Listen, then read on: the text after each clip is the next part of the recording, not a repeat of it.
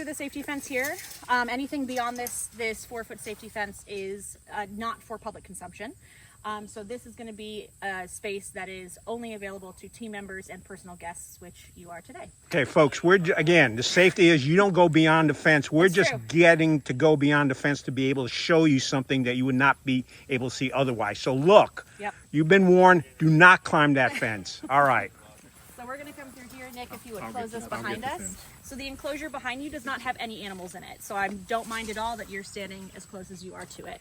But Samar does have access to the enclosure behind me. So we're going to stay more to the left as we go into the memorial garden. Right. You had mentioned to me before we started the tour, the basic rule is when I'm following you, don't get in within 5 feet of...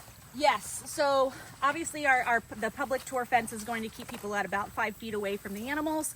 That way, if they do reach over and try to take a picture, even though we encourage you to keep everything on you and with you on the human side of the safety fence, it still doesn't put anybody in a danger zone.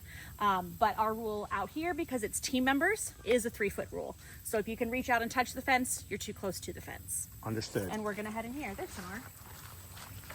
Hi. So he's eating already. I think, Nick, you said the animals already ate this morning. Is that right? They're fasting today. Yep. Why are they fasting? I mean, it's not Lent, is it? So here, come on in. Typically on days they're fed, it would be first thing in the morning. They would get fed first thing, but they're fasting. Oh, come on over. We'll talk a little bit about our feeding schedule. Just all right. Now wait, since he's fasting, he's not looking at me thinking lunch, is he? No, he's not. All right, just checking. Folks, I'm just asking the questions that you're thinking about. Now, is he doing that, what you were talking about? I did the chuff. He's doing the moany groany sounds. Sorry, Ruth, we'll leave. So the public tour is up front. We're going to give them back Samar. We're going to go see Naveen instead. Naveen, do these, I assume, since these folks are here, kind of, is this a retirement community for tigers, etc.? Ooh, I cleared that spider web just for you. Thank you. Kind of, yeah. They may come to us at a variety of ages. These guys were not particularly old when they came to us in 2021. Oh, you can lay down with us? So they already have names when they come here. You don't have to rename anyone, or do you? We don't generally have to rename animals. In their case, we did. So Naveen and Samar are both from the Tiger King Park in Oklahoma. Most people are familiar with the Tiger King, the Netflix docuseries that... Oh, that Tiger King. That Tiger King. Oh, okay. The one and only, yes. And so that facility had hundreds of animals and was shut down by the federal DOJ. And so while Tiger King kind of blew up the airways in 2020, right when COVID hit, it also helped to bring the issue of cub petting right into people's living rooms. And so I think people really had an emotional response to that, and seeing the type of treatment that cubs that are passed around for profit in photos really receive behind the scenes. So you have your 10-minute photo op, but then you leave. Right. What happens with the tigers? And more often than not, they're sold or discarded when they become too dangerous to be profitable. So how did Tiger Rescue become a sanctuary for these two tigers? For these two in particular, we are a founding member of an organization called the Big Cat Sanctuary Alliance. I like to kind of explain it as like we're like the Big Cat PTA. We're like the Wildcat PTA here in the US. And so we're all constantly in communication with each other. There's a conference every few years. We all know what's going on with the other sanctuary groups. And oftentimes, in this case, the BCSA was contacted by the federal DOJ when they were looking to facilitate the seizure of animals off of that property. And so it was up to the BCSA coordination team to figure out who was going to go where. Because again, there were hundreds of animals. The first seizure was of females and their cubs, and cubs without females. And then the second seizure is where these guys came in. It was all of the females that did not have cubs and the males for the endangered species animals that they had. So the animals protected by the ESA, the Endangered Species Act, that was tigers, in this case, tigers, lions, hybrids of the two, and one jaguar. And we were lucky enough to be charged with the care of 4 of those tigers. When you use the term seizure, what exactly does that mean? It means the federal government determined that the care of those animals were receiving was way subpar. In fact, we've got... Is that an oof? That's an oof. So he's telling us not to get too close to him. Or he's telling us, hey, you're in my territory. He's got to have the last word. Oh, is that what it is? But isn't that typical of men? Let's not go there. I'm not going to answer Let's that. not go there. He sounds like he's right here. So that's actually a good sound to hear. It's just, hey, you're in my territory. Oh, hey, kid. Yes. So he's here. We can go in here. So let me show you what this is, because we're going beyond yet another door. So this is a safety cage. Every shift or every room of every single enclosure that we have, whether it's occupied or not, has a safety cage attached to it. They are fully enclosed, so they have a ceiling, whereas the tiger and lion enclosures typically don't, because they don't go up. Right. Everything else, they get a roof, including us. And so we have a 2-door system anytime we are entering or exiting an enclosure. And so let's say one of our cleaning crews was going to come out and clean. They would unclip this safety cage. It's never locked, it's always latched, because in an emergency, this is where our team members would go while we handled whatever the situation was. We don't typically have those types of emergencies, but if a tree came down in the middle of the day unexpectedly and landed on an animal enclosure, this is where our team members would go.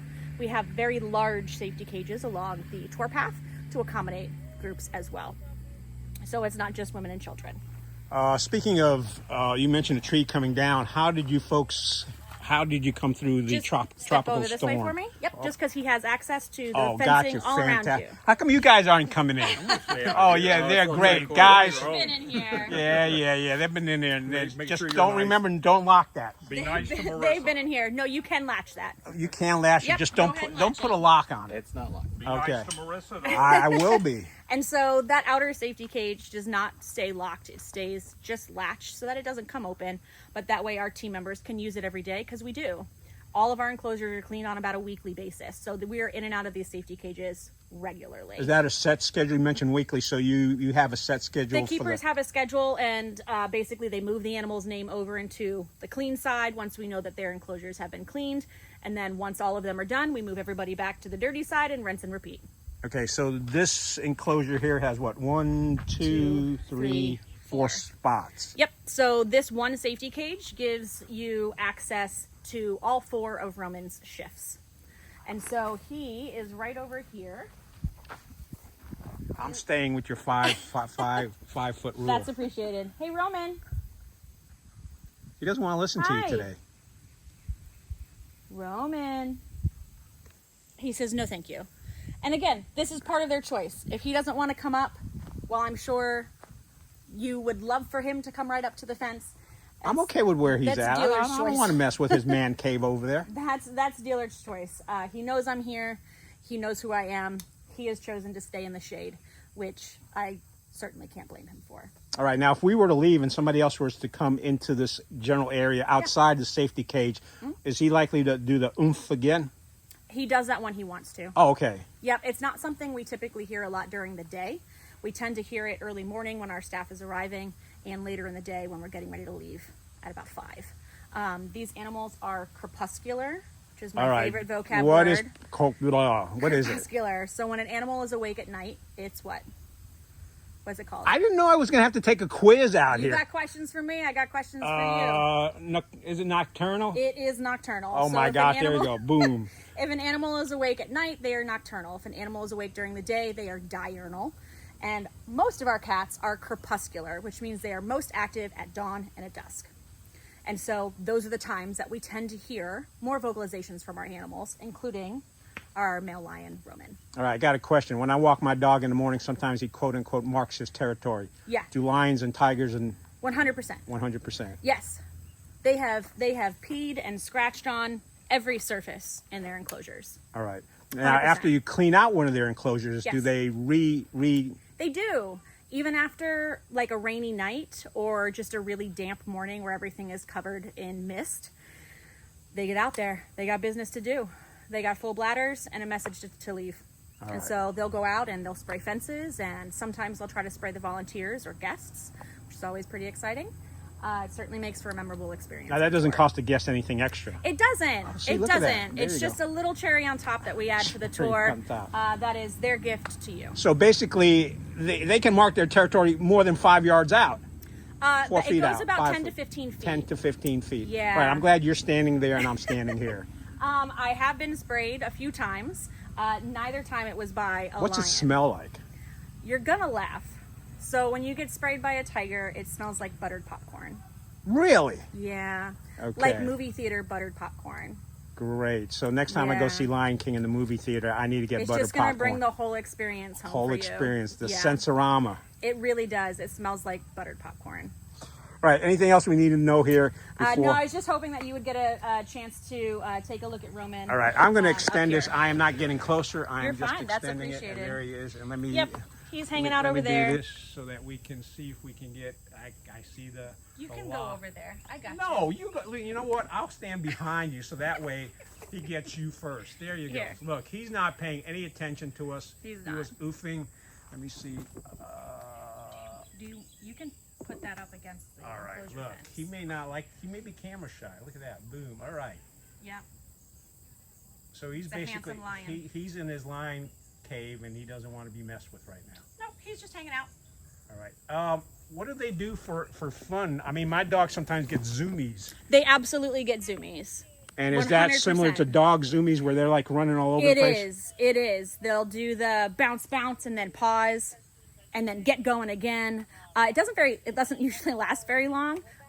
These are ambush predators, so while they have a lot of power, they tend to have very short-lived amount of time that power lasts. So they tend to have zoomies for maybe a minute, and then they flop down and they rest because that was a lot to move, 350 pounds around that quickly. All right, so ambush predators, Yes. quick bursts, get what you want, and then you're done. Yes, All right. but Anything that's else? why prey is really fast. Prey, 'Cause they have yes. to have a fighting chance. Well, Because about every 10 attempts that a lion or a tiger, that a tiger how would quick make can in you the run a wild. 4-minute mile? Can you run a 4-minute mile? I don't have to run faster than him. That's why we've got safety rules. Oh, okay, good. Yep. All right, we're gonna